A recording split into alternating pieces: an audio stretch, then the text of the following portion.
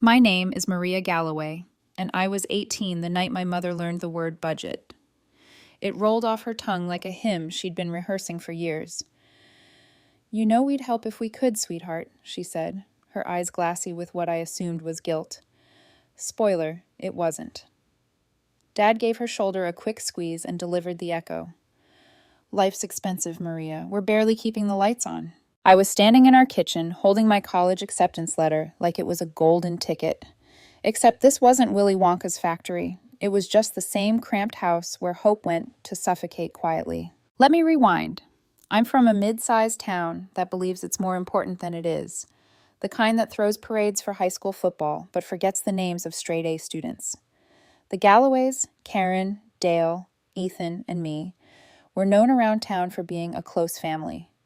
That's what people said when they saw our Christmas cards or the photos Mom posted online. But close is relative when you're the one cropped out of the picture. My younger brother, Ethan, was the golden boy, the miracle child, the one whose every breath was an event worth documenting. When he won a middle school robotics award, Mom made cupcakes shaped like gears. When I made honor roll, she forgot until I mentioned it at dinner. "Oh, right, that's nice," she said, already scrolling through her phone. I wasn't the problem child. I was the invisible one. Quiet, responsible, efficient. The kind of daughter parents brag about in theory, but ignore in practice. All I wanted was a chance. My scholarship covered most of my tuition, but I needed about $6,000 a year to close the gap. Not mansion money, not yacht money. Just a bridge. Something my own family could have built if they cared enough. "Maybe community college," Mom suggested, her tone sugary enough to rot teeth. "You're good with tech. You could fix printers." I almost laughed. Not because it was funny, but because it was so absurd I thought my lungs might stage a protest. I didn't look down on people who repaired things. I respected them. But I'd worked hard for that acceptance letter, pulled shifts, aced exams, juggled part-time jobs, and scraped by. I just wanted the chance to keep going. Instead, they both stared at me like I'd asked for a private island. "We just can't right now," Dad said. And that was that. So I did what I've always done, worked.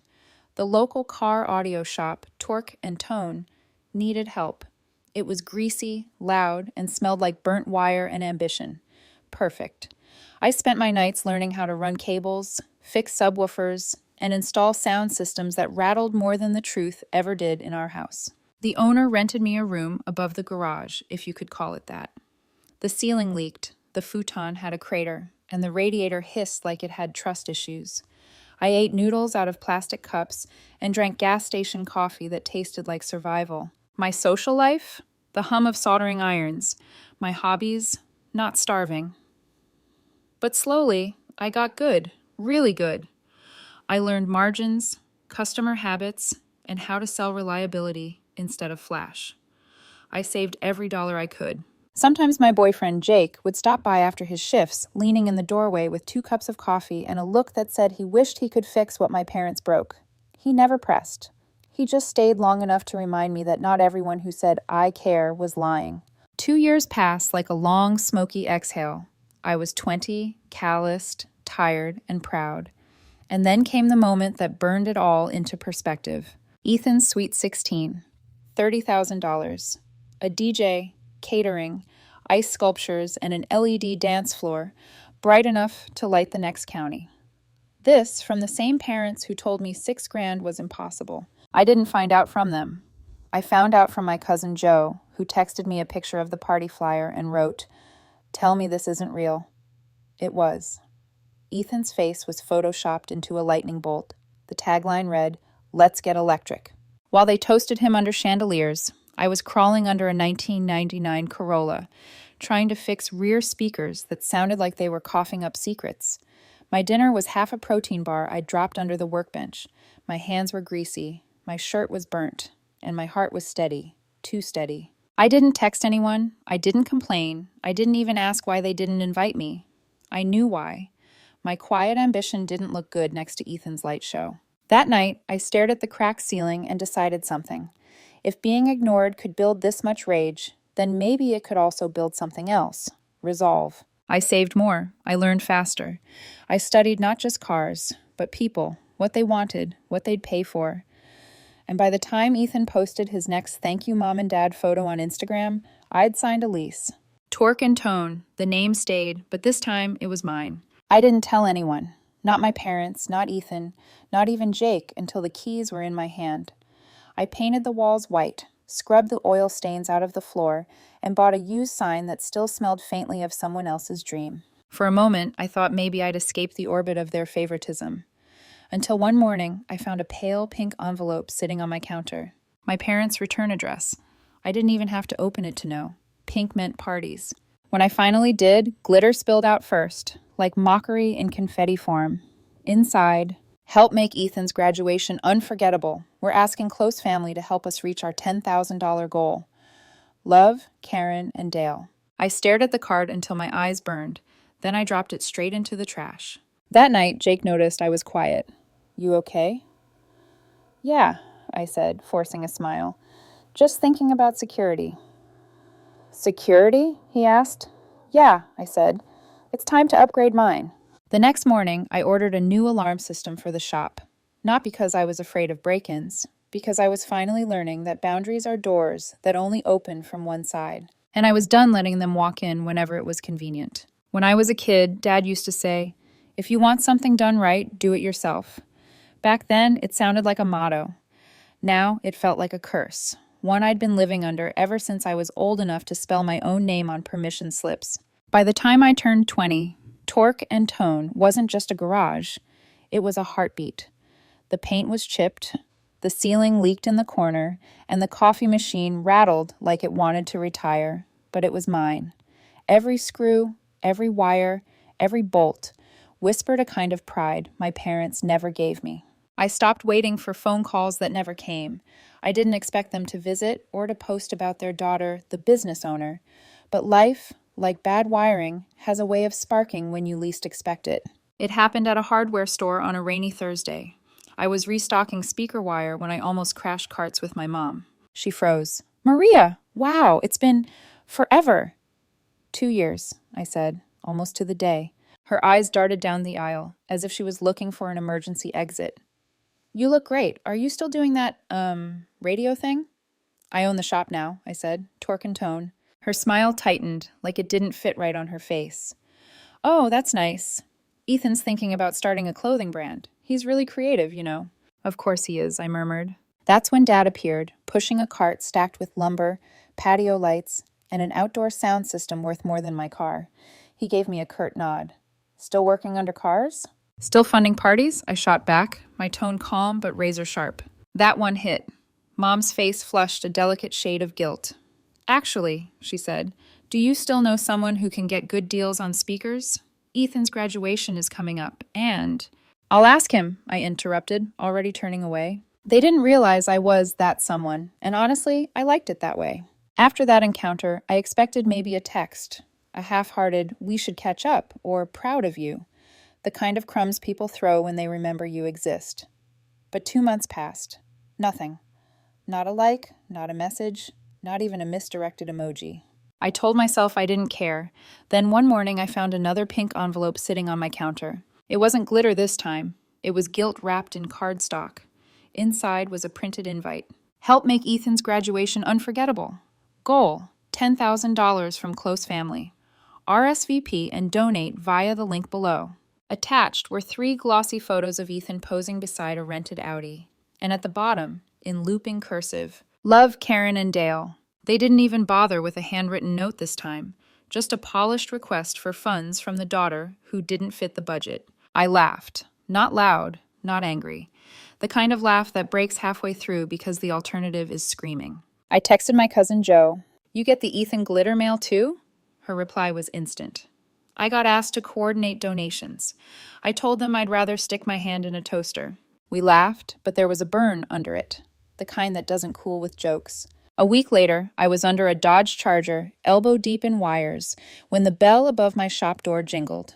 I slid out from under the car and froze. Mom, Dad, Ethan, again, all 3 standing there like tourists who'd taken a wrong turn into reality. Mom's smile was fragile. Wow, Maria, this is really something. I didn't know you had a real shop.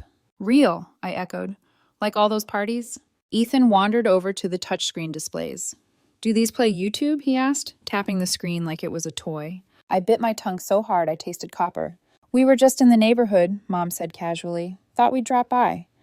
And mention Ethan's graduation, Dad added. Since you're doing so well, maybe you could help out. Help how? I asked. Maybe cover part of the venue deposit, Mom said quickly. Or the DJ, just until we collect the rest. I took a long sip of water, met her eyes, and said evenly, I'm booked that weekend. Ethan perked up. Booked? That's awesome. Whose party? Not yours, I said. For a second, no one breathed. The air between us was heavier than oil smoke. Mom's laugh cracked in half. Maria, don't be petty. We're just trying to reconnect as a family. I set my water bottle down with a soft thunk. Right. As long as there's a DJ and someone to foot the bill. Dad sighed, the sound of a man pretending to be reasonable. You always twist things, Maria. We didn't come here to argue. Good, I said, because I have work to do. I didn't yell. I didn't ask them to leave. I just walked away and lay back under the car. From the floor, all I could see were their shoes shifting awkwardly, then the bell jingling as the door closed. Silence, the kind that tastes like closure. After they left, I stared at the underside of the car until my vision blurred. Part of me still wanted them to look around and say, we're proud of you. But I realized that would have required them to see me.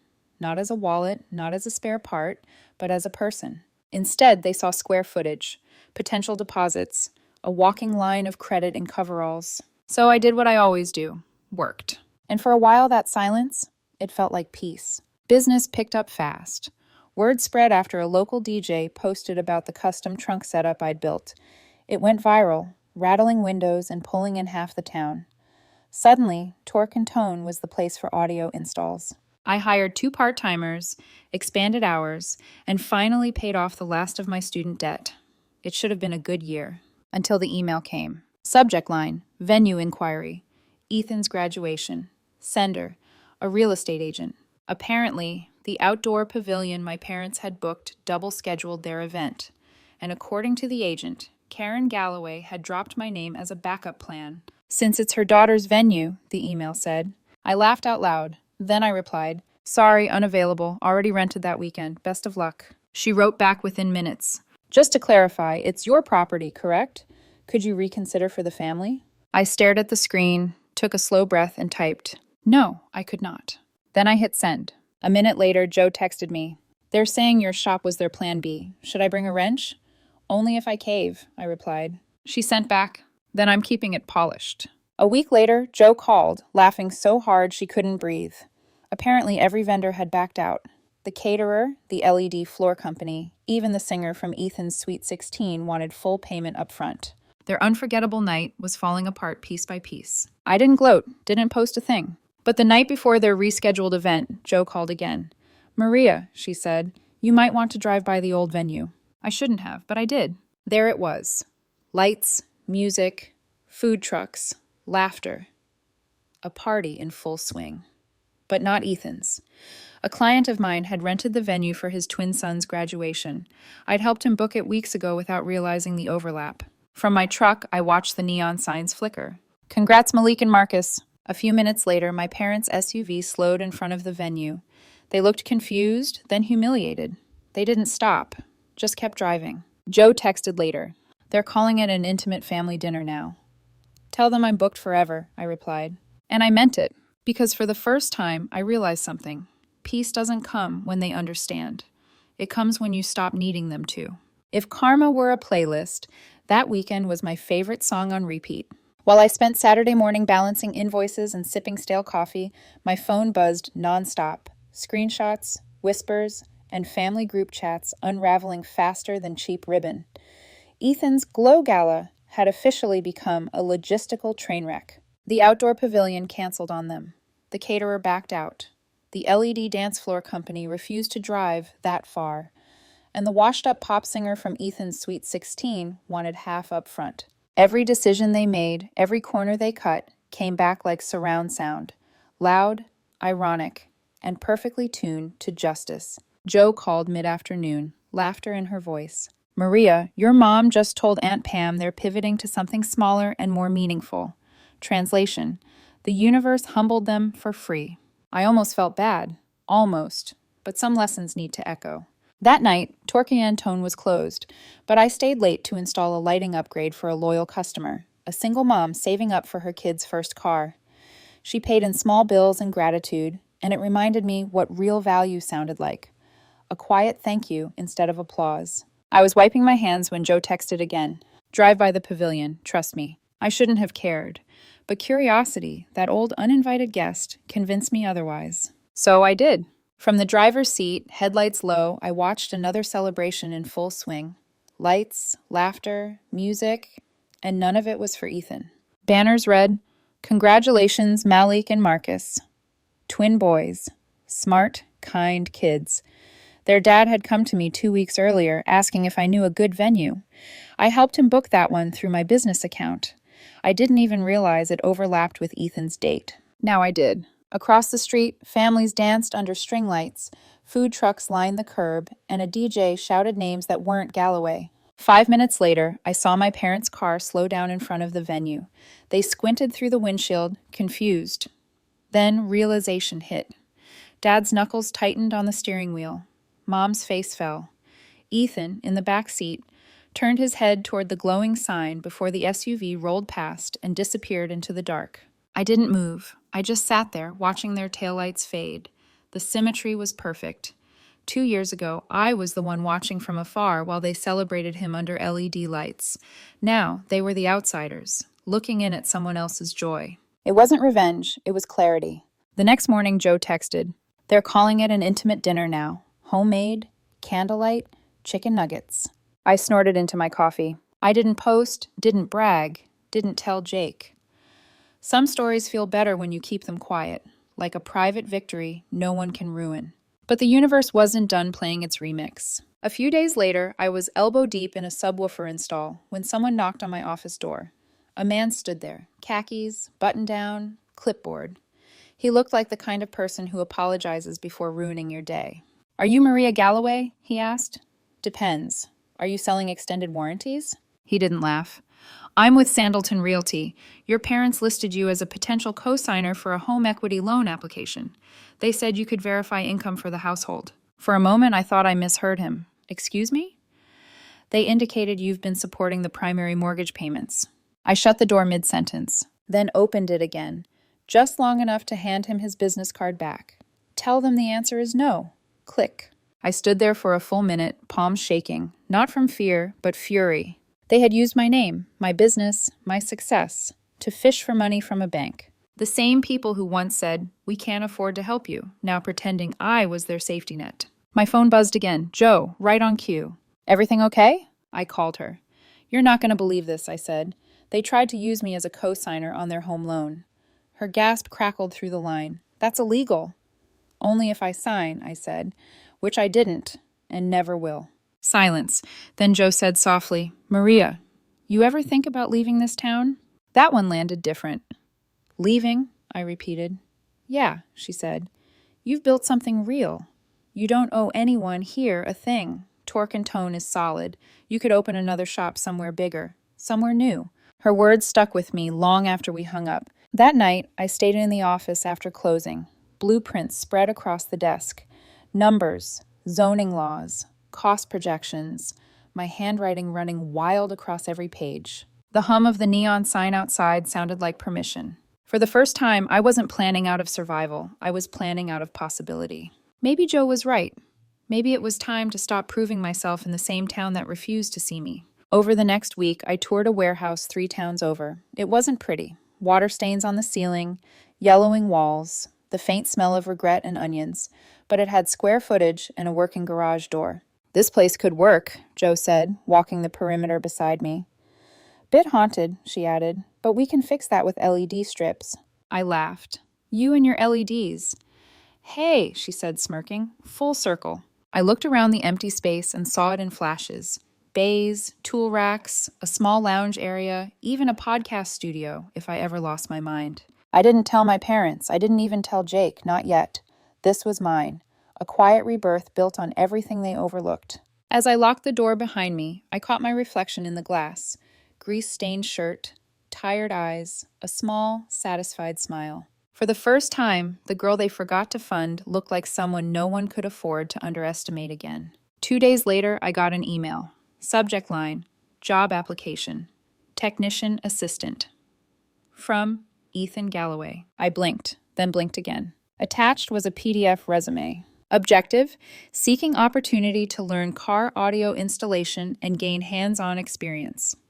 Skills, creative thinker, quick learner, entrepreneurial spirit. Availability, full-time, can start immediately. My jaw actually dropped. I forwarded it to Joe. Her reply came in seconds. Please tell me this is a prank. There's no way he knows how to attach a PDF. I didn't answer. I just stared at the screen. Ethan, the same brother who once blocked me from his party invites, now wanted to work for me. It wasn't irony, it was symmetry. And maybe the most poetic part of all. For 3 whole days, I stared at Ethan's email. Not because I didn't know what to say, but because I wanted the satisfaction of silence to last a little longer. There was a time I would have jumped at the chance to reconnect, even through gritted teeth. That time was gone. By the 4th morning, I replied with one single line. Thank you for your interest. We are not currently hiring family. No emotion, no punctuation mistakes. Just the truth, clean and final. I hit send and went back to wiring a sound system like it was meditation. That week, I focused on the new warehouse, signed the lease, started sketching layouts with Joe, 3 bays, a lounge, maybe even a corner for workshops. We talked about hiring real apprentices, the kind who actually wanted to learn. I even reached out to a local nonprofit that helped at-risk teens learn trades. It felt good, productive, grounded, like I was finally steering my own story instead of waiting to be written into someone else's. Every night, Jake stopped by after his shift. He'd bring takeout and sit on the floor beside me while I marked up plans with a penlight. You really doing this? He said one night, grinning. Yeah, I said. For real this time. He leaned back on his hands. You're building something they'll never understand. I know, I said. That's the point. He smiled at that, the quiet, knowing kind of smile that doesn't need applause. But the universe has a sense of humor, and mine apparently loved reruns. It was a Tuesday, 7:12 p.m., just as I was closing up the shop. The knock on the door wasn't timid, it was desperate. I wiped my hands and opened it. There they were, Mom, Dad, and Ethan, the holy trinity of selective memory. Mom clutched a folder. Dad looked tired in that caused his own exhaustion way. Ethan stood behind them, hands buried in his pockets like a guilty teenager, even though he was 20 now. Maria, Mom started, voice soft, careful. Can we talk? I leaned against the door frame. You've got 2 minutes. Dad frowned. Maria, come on. 2 minutes, I repeated. Mom's voice wavered. We're in a bit of trouble. I folded my arms. Let me guess. Late payments? She nodded, eyes darting to the folder. We might lose the house. I said nothing, just waited. We thought maybe... She started again. Dad cut in. Maybe you'd want to help, just until we get back on our feet. We could pay you back once Ethan's brand takes off. I laughed, not loudly, not cruelly. The kind of laugh that escapes before you realize it's not joy. It's disbelief. Ethan's brand, I repeated. Is that the same one that couldn't pay for its own party? Ethan's eyes dropped to the floor. I didn't know things were this bad, Maria. I thought the gala was covered. I didn't ask for all that. You didn't stop it either, I said quietly. He flinched. Mom stepped closer. We know we made mistakes. We ignored you. We were unfair, I finished for her. You think? Maria, she said, her voice cracking, we're still family. That word, family, landed like a stone in water, heavy and hollow. I tilted my head. What was it like? She blinked. What?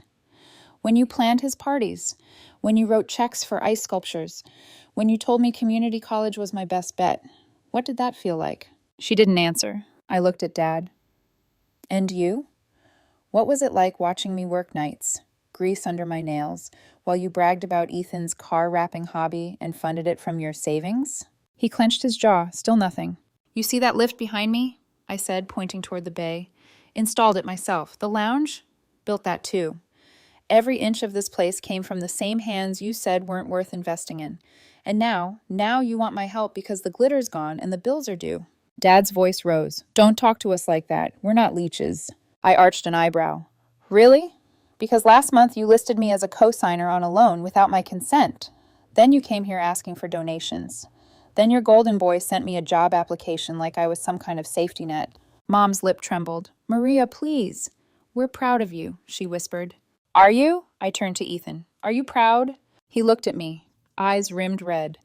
I didn't get it before. I thought you were just bitter. But I've seen what you've built. People talk about you, about your shop. You did this on your own. I get it now. And now you want in, I said softly. He didn't argue, and that somehow made it worse. I don't need apologies, I said finally. And I'm not your savior.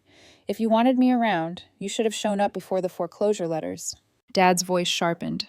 So that's it? You're turning your back on your family? I met his glare without blinking. You turned yours first. I'm just catching up. Mom's eyes filled. Maria, we don't have anyone else. I know, I said quietly. That's the cost of building walls out of favoritism. Eventually, you can't see who's outside. I took a step back, hand on the door. I'm not angry anymore, I said, but don't mistake that for forgiveness. Forgiveness is earned, not requested on a doorstep with foreclosure papers. Ethan tried one last time. If you could just... You want a handout? I interrupted. What you need is a wake-up call. I pulled the shop keys from my pocket and twirled them once between my fingers. I have mine now. Then I opened the door wider, not as an invitation, but as a signal that the conversation was over. You're smart, Ethan. Creative, right? Entrepreneurial spirit, I said, quoting his resume. He winced. You'll figure it out. All of you will. Dad opened his mouth, but I'd already turned away. Good night, I said, stepping back inside. No slamming, no shouting, just a quiet click as I locked the door. For a long minute, I stood there staring at the closed door, heart hammering, breath steady. I'd waited years for that kind of peace. It didn't roar, it didn't glow. It simply existed, like fresh air after a long fire. 3 months later, Torque and Tone East opened its doors. Bigger bays, clean floors, 2 apprentices, a soft playlist humming through brand new ceiling speakers, ones I installed myself. Joe designed the logo. Jake brought champagne in a paper bag. You did it, Joe said, grinning. Yeah, I said, and I didn't need a gala to prove it. She raised her cup. To boundaries. I clinked mine against hers. And to peace that doesn't need permission. There's a kind of silence that doesn't mean emptiness. It's the sound of peace after the storm. That's what my new shop felt like. Clean air, even when the engines were running. Torque and Tone. East had been open for 3 months, and for the first time in my life, I woke up not out of fear, but out of purpose.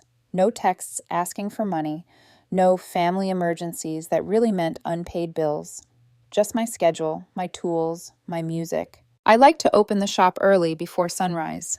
The light came through the high windows and turned the metal walls gold. I'd make coffee, run my fingers over the smooth counter I'd built, and think, so this is what freedom sounds like. The gossip about my parents spread faster than I could stop it. Apparently, the house on Maple Drive had gone up for foreclosure. Same porch, same windows, same walls that once echoed with, "We're just too broke right now." Someone else bought it within a week. I thought about it, buying it myself, painting it fresh and calling it closure. But revenge dressed up as charity is still revenge. I let it go. Joe sent me the listing link anyway with the caption, "Poetic Justice, move-in ready." I replied, "Nah, I already moved on." Ethan didn't text, didn't email, didn't show up again. The last thing I'd heard, he was couch hopping with friends and trying to rebrand himself. Mom posted on Facebook about resilience and fresh starts. Dad changed his profile picture to a quote, "Family is everything." Irony should have sued them for copyright. Jake, meanwhile, stayed steady. He helped me install a coffee station in the new lounge and refused to let me skip dinner when I got lost in work. "You ever think about how far you've come?" he asked one night, leaning against the counter. "Sometimes," I said, twisting a wrench between my fingers. "Does it feel like winning?" I looked around the shop, the glowing logo, the hum of machinery, the air that smelled like oil and new beginnings. "No," I said softly. "It feels like finally breathing." He smiled. "That's better." A few weeks later, Joe dropped by with takeout and a mischievous grin. "Brought tacos and bad news," she said. "Which first?" Bad news. Mom's trying to spin the foreclosure as downsizing by choice. Apparently, they're telling people they wanted a more minimalist lifestyle. I laughed, almost choking on my soda. Minimalist? Like the zero in their bank account? Exactly, she said, clinking her drink against mine. You handled that better than I ever could have. I didn't handle it, I said. I just stopped letting them hand me their chaos.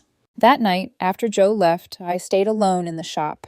The lights were dim, the air quiet except for the low hum of the cooling system. I walked to the center of the floor and looked around. Polished bays, new lifts, spotless walls. There were no banners, no balloons, no "Proud of You, Maria" posters. And yet I'd never felt more celebrated. I thought about that night years ago, the 16th birthday party I wasn't invited to.